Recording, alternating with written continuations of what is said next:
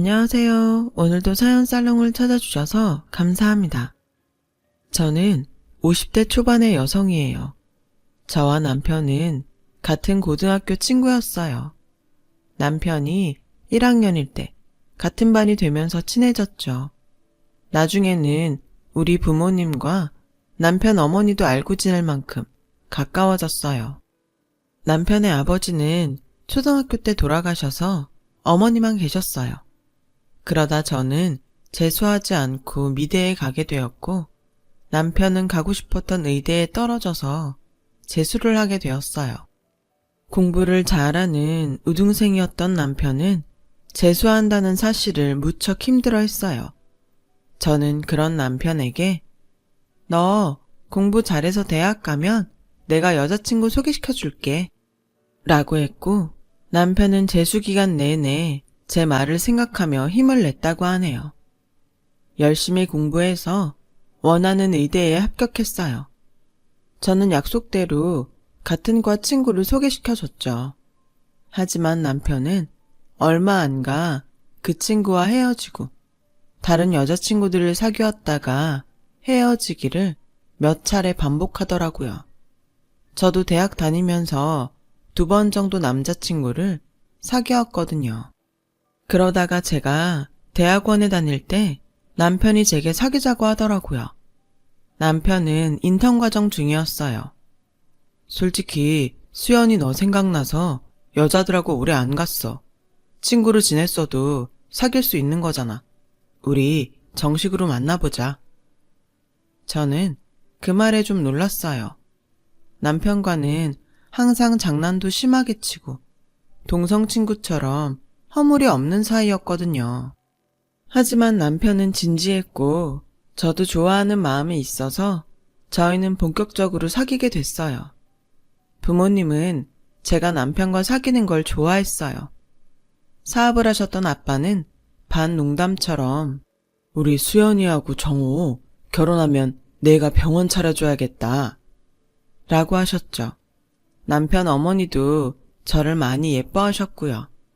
아줌마는 수연이가 며느리 하면 참 좋겠다 라고 종종 말씀하셨어요. 어른들한테 그런 말을 자꾸 들으니 저희도 결혼을 생각하게 됐죠.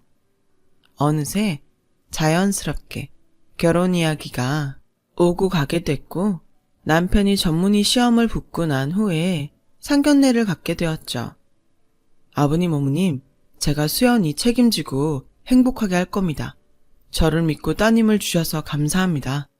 라며 남편이 씩씩하게 인사했고 아빠는 그래, 둘이서 행복하게 잘 살아야 된다.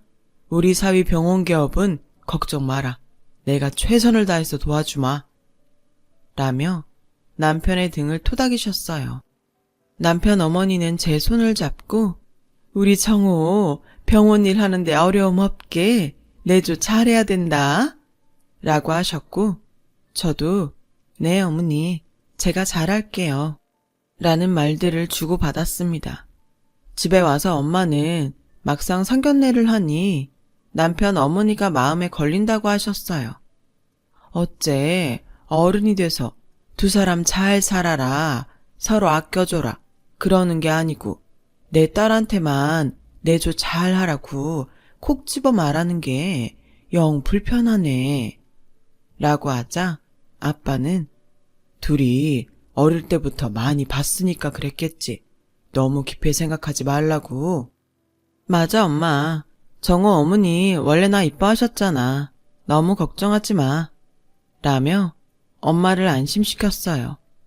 그래도 우리 딸 양쪽 부모 있는 집에 가서 시아버지 사랑 듬뿍 받았으면 했는데 난 솔직히 정호 하나 보고 너 보내는 거야. 알겠어? 그러니까 그 녀석이 잘못하면 바로 엄마한테 말해.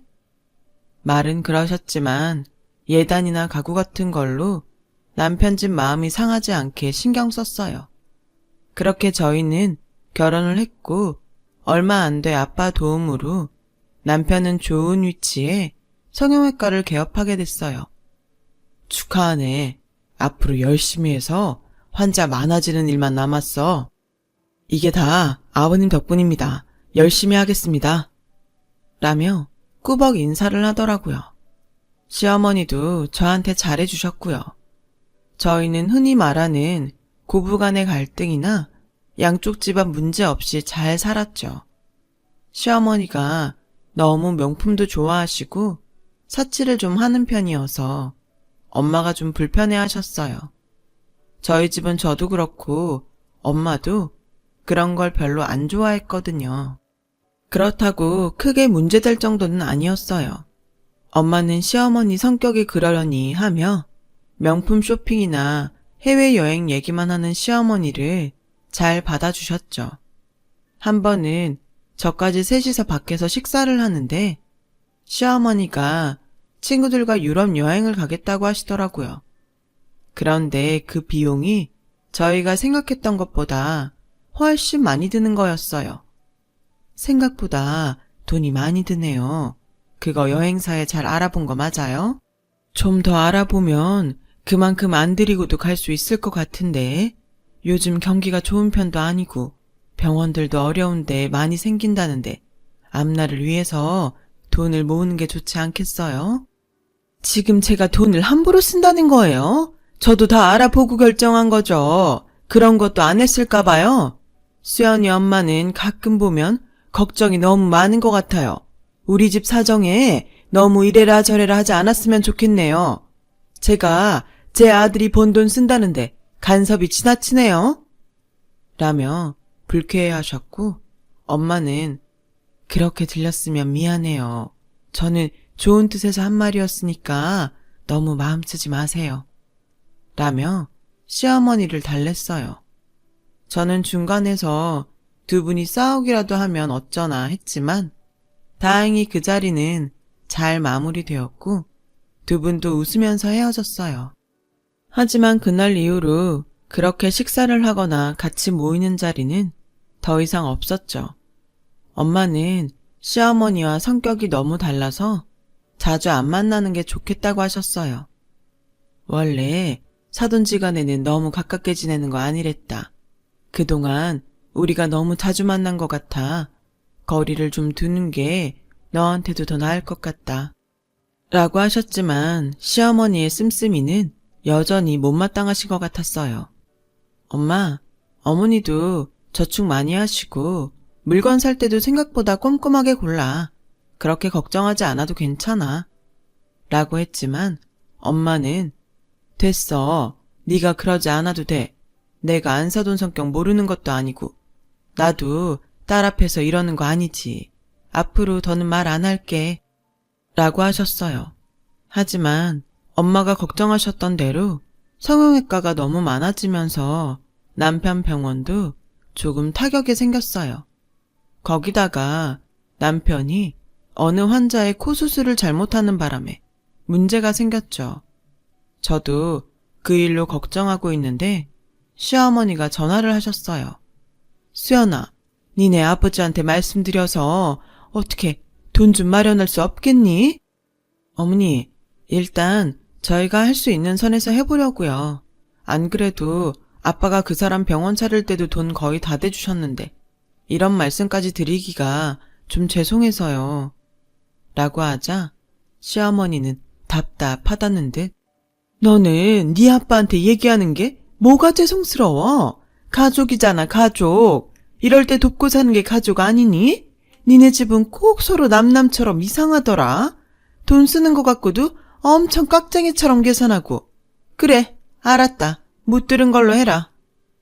라며 전화를 끊으셨어요.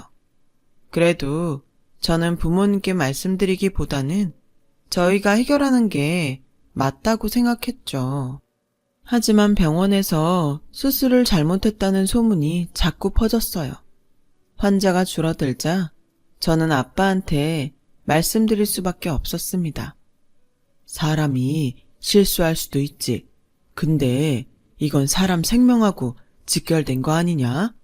그러니 이번 일을 교훈 삼아서 앞으로 더 신중했으면 좋겠다. 네, 아버님, 명심하겠습니다.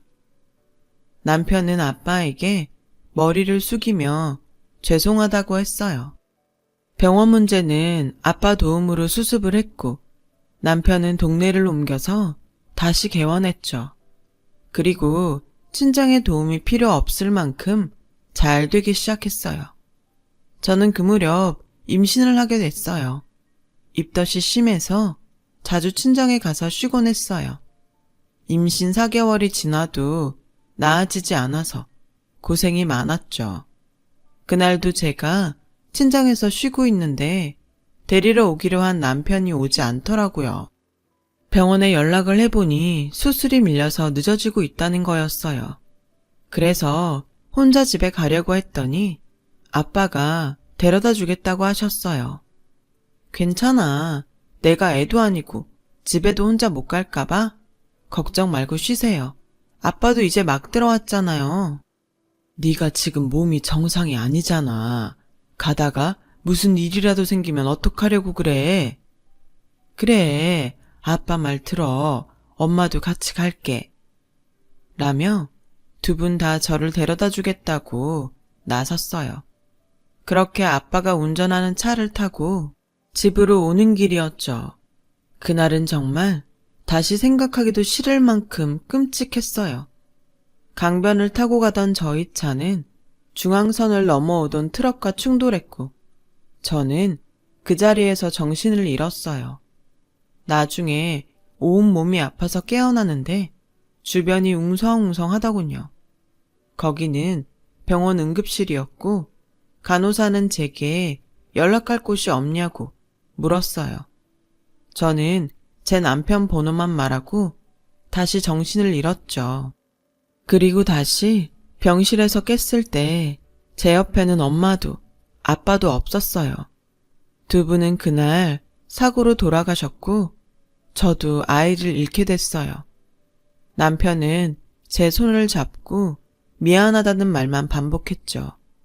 하지만 남편이 그런 일이 생길 줄 안 것도 아니었고 누구의 잘못이라고도 할 수 없었어요.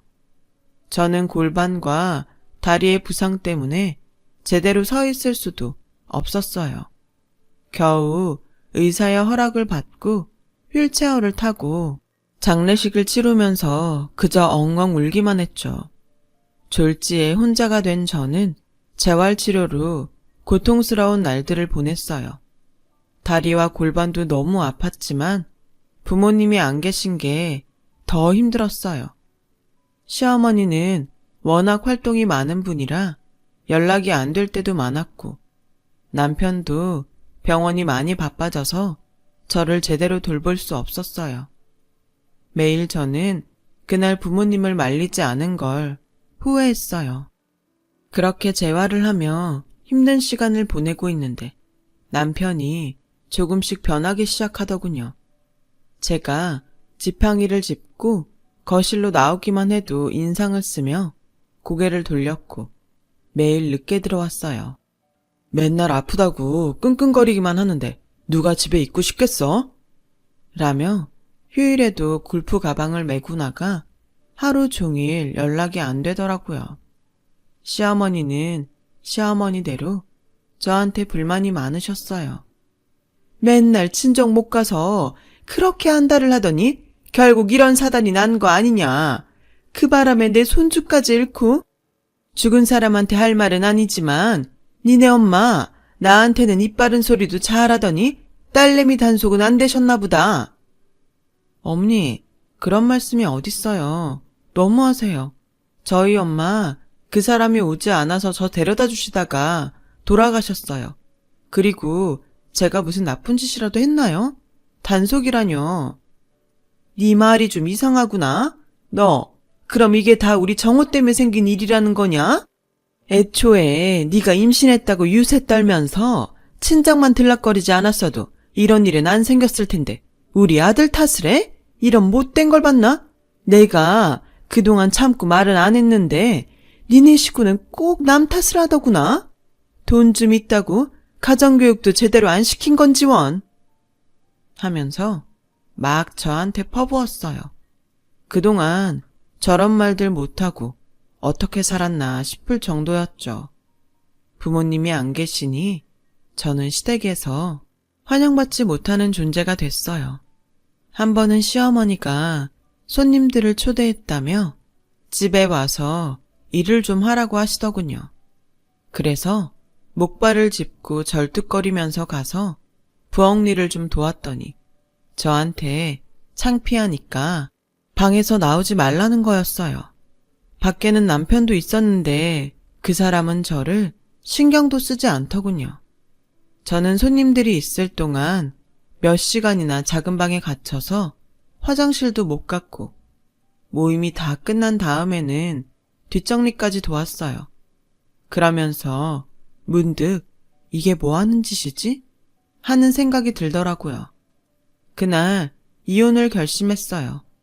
그때 남편은 아예 시댁에 눌러 살 때여서 병원으로 이혼 서류를 보냈죠. 그 얘기를 들은 시어머니는 기다렸다는 듯이 그래, 너도 고민이 많았겠지만 이게 모두를 위해서 좋을 것 같다. 사람이 서로 짐이 되면 안 되는 거 아니겠니? 그리고 이혼 얘기는 네가 먼저 꺼낸 거니까 위자료 받을 생각은 하지 마라. 라며 못을 박더군요. 남편은 꼭 자기 일이 아닌 것처럼 연락을 해도 엄마가 다 알아서 하기로 했으니까 엄마랑 얘기해. 라며 빨리 끊기 바빴어요. 그땐 정말 너무 서러워서 부모님 사진을 놓고 매일 펑펑 울었어요. 그러다가 한 번은 새벽에 깜빡 잠이 들었는데 거실에서 남편 목소리가 들리더군요. 누군가와 통화하는 소리였어요. 이제 병원도 잘 되고 돈 걱정할 일도 없는데 내가 왜 구질구질하게 장애인한테 목매고 있냐? 그래도 먼저 이혼하자는 말 안 할까봐 조마조마했는데 진짜 잘 됐지. 난 이혼하면 새장가 갈 거다. 저는 너무 충격을 받았어요. 결국 저와의 결혼은 다 계산된 거였으니까요. 어릴 때부터 친한 친구로 지냈던 저를 돈으로만 봤던 거죠. 저런 사람이었던 걸 못 알아본 제가 정말이지 너무 바보 같았어요. 남편은 다른 방에서 자고 아침에 자기 옷가지를 챙겨 나가더군요. 저는 한시도 같은 공간에 있고 싶지 않아 짐을 챙겨서 나왔어요. 친구는 저보고 다 소송 걸어서 병원에 들어간 돈도 다 받아내라고 했지만 뭘 어디서부터 해야 될지 몰랐어요. 그저 제 몸 추스르기에도 정신이 없었으니까요. 그렇게 저와 남편은 합의 이혼을 하게 됐어요. 완전히 혼자가 된 저는 그냥 붕 뜬 느낌이었어요. 게다가 재활도 끝난 게 아니라서 몸이 많이 불편했죠. 그런 제게 친구는 일러스트를 배워보는 게 어떠냐고 하더군요. 네가 유아 전공을 했지만 프로그램 툴 사용법은 금방 배울 거야. 안 그래도 결혼하고 그림에 손 놓은 것 같아서 안타까웠는데 한번 해봐. 친구의 격려에 일러스트를 배우기 시작했어요. 일러스트 공부도 진도가 빨랐어요. 처음에만 좀 어려웠지 방법을 익히고 나니 금방 할 수 있더군요. 저는 그림 그리는 데만 몰두했고 그런 저를 눈여겨본 학원 강사님이 일자리를 소개시켜 주셨어요. 그렇게 책에 들어가는 사파를 작업하는 일을 시작으로 여러 일들을 하게 되었고 블로그에도 제 작품을 올렸어요. 그러면서 제 작업을 좋아하는 사람들도 많아졌죠. 그런데 몇 년이 지났는데 아빠 회사 이사님이 변호사와 함께 저를 찾아오셨어요. 이게 사장님 돌아가시기 전에 따로 작성해 놓으셨던 유언장입니다. 따님 적정 나이가 되면 회사를 물려주겠다는 내용이에요. 갑자기 돌아가신 관계로 수정사항은 없습니다. 저는 너무 놀랐습니다. 아빠가 돌아가시고 회사가 정말 어지러웠다고 해요. 저는 잘 몰랐지만 회사의 주인이 없는 사이 정말 많은 일들이 있었다고 합니다. 아빠와 막역한 사이셨던 이사님께서 그걸 지켜내신 거고요. 저에게 오시기까지 시간이 걸리셨다고요. 이사님은 자식이 없으셨어요. 그래서 저를 더 잘 챙겨주셨던 분이셨죠. 제가 어렸을 땐 자주 뵀었고, 다 커서는 자주 뵙지 못했지만요. 아빠가 돌아가시고서 회사 일에 참여하게 되니 울컥하더라고요. 저는 회사 경영에 대해 몰랐기 때문에 이사님과 의논해서 전문 경영인이 회사를 운영하는 데 합의를 했어요. 이사님께서 회사를 지켜주셨으니 앞으로도 잘 부탁드립니다. 감사합니다. 저는 그날 제 친구에게 크게 한턱 냈어요. 네 덕분에 내가 이제까지 잘 버틴 것 같아. 정말 고마워. 다 네가 잘하니까 그런 거지. 아무튼 나도 뿌듯하다. 그 무렵 저는 지팡이 없이 걸을 수 있게 되었어요. 아직 오래 걷지는 못했지만 정상적으로 설 수 있다는 게 너무나 기뻤죠. 그래도 물리치료는 꾸준히 받으러 다녔어요. 그렇게 일러스트 작업을 하면서 병원과 집만 오가며 사는데 회사에서 제게 사회 홍보이사 자리를 주겠다고 제안을 했어요. 그치만 저는 경영에 대해 아무것도 몰라요. 할 줄 아는 것도 없는데 무턱대고 회사 일에 관여하는 거 아빠도 원치 않으실 거예요.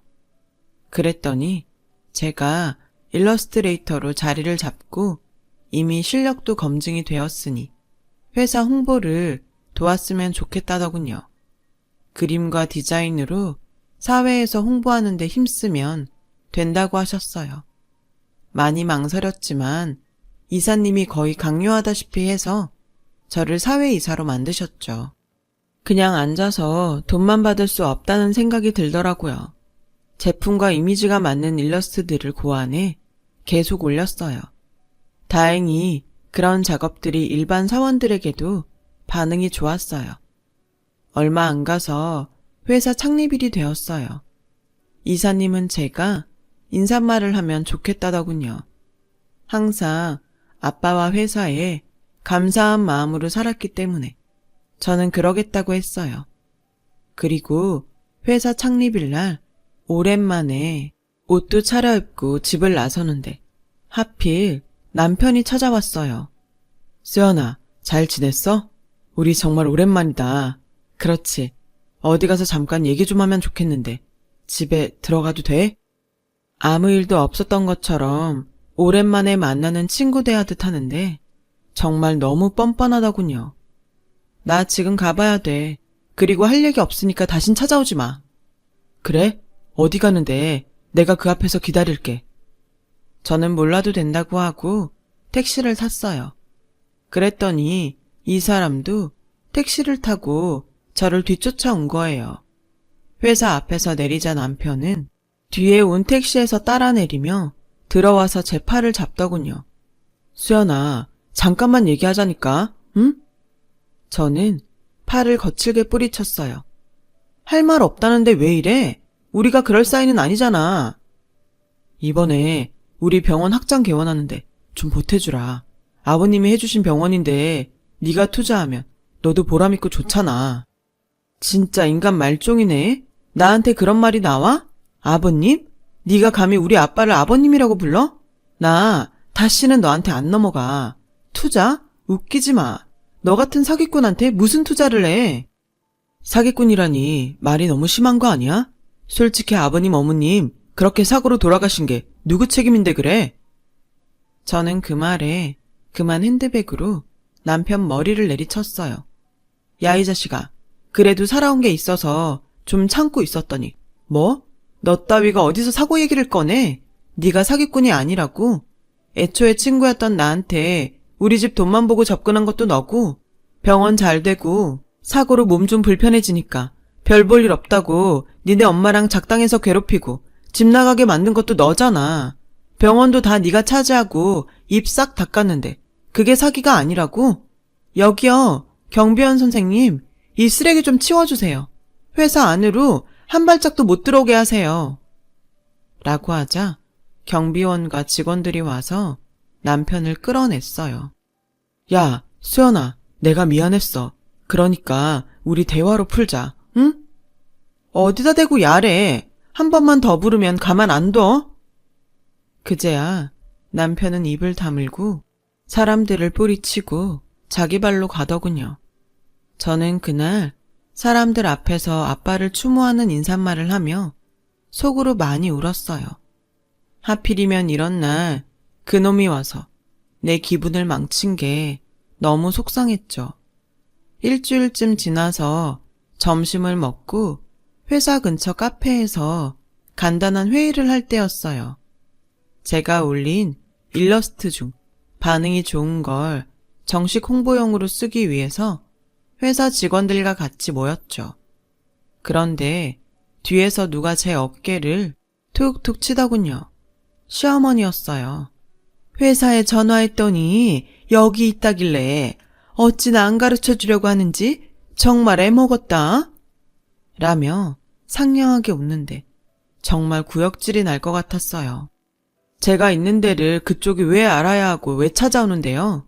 저는 볼 일 없습니다.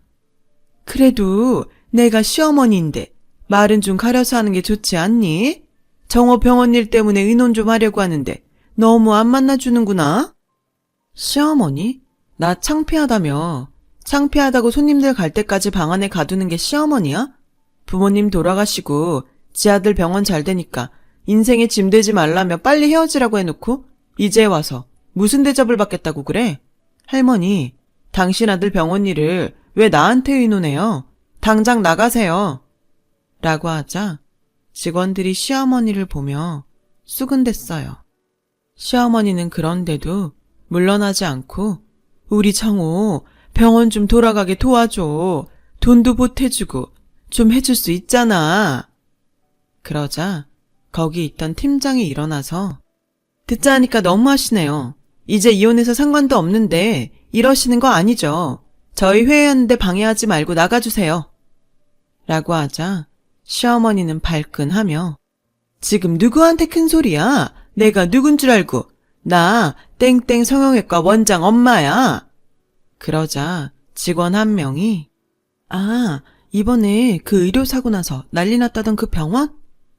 라고 했고 사람들이 전부 수근대며 시어머니를 쳐다봤어요. 그제야 시어머니는 저를 붙잡고 우리 정호 한 번만 도와줘. 응? 예전에도 잘했잖아. 저한테 이러지 마시죠. 한 번만 더 어떤 소리라도 꺼냈다가는 길에 나앉게 해줄 테니까. 여차했다가는 그 병원까지 다 토해내야 하는 수가 있어요. 내가 지금 못해서 안 하고 있는 줄 알아요? 그거마저 뺏기고 싶으면 해보시던가. 시어머니는 결국 돌아갈 수밖에 없었어요. 알고 보니 최근에 대리의사를 써서 수술한 게 사고가 나서 병원 환자가 뚝 떨어지고 소송에 들어갔다는 거였어요. 그 소송 비용을 좀 얻어보려 한 거였죠. 전 남편은 재혼했던 여자와도 파혼하고 지금은 의사 생활도 못하게 되어서 시어머니와 지방 어디에 가서 같이 작은 가게를 하고 있다나 봐요. 그 뒤로 가끔 저를 찾아왔지만 법원에 접근 금지 명령을 받았어요. 그래서 더는 보지 않고 살고 있어요. 이제는 그 사람들과 엮이지 않고 편하게 살고 싶네요. 많지 않은 나이에 돈 때문에 사람들과 좋지 않은 일들을 겪고 나니 돈이라는 것에 대해 많은 생각을 하게 됩니다. 아빠와 엄마의 그늘 아래 그냥 잘 살아왔다는 생각도 들고요. 앞으로는 더 정신 바짝 차리고 살아보려고 합니다.